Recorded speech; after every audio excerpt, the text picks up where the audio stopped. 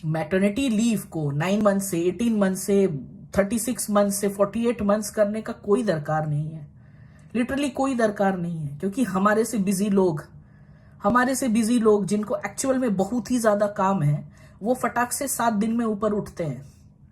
7 दिन में डिलीवर किए हैं, कोई भी सीजर हो, नॉर्मल हो, जो भी हो, दे जस्ट गेट अप। और अभी तो 8-9 तक लोग काम कर रहे हैं। तो ये जब तक हम लोग को वो क्या बोलूं प्लेटर पे सजाकर दोगे ना, ये इक्वलिटी का चक्कर तो तब तक रहेगा। तो मेरे व्यूज यहाँ डिफरेंट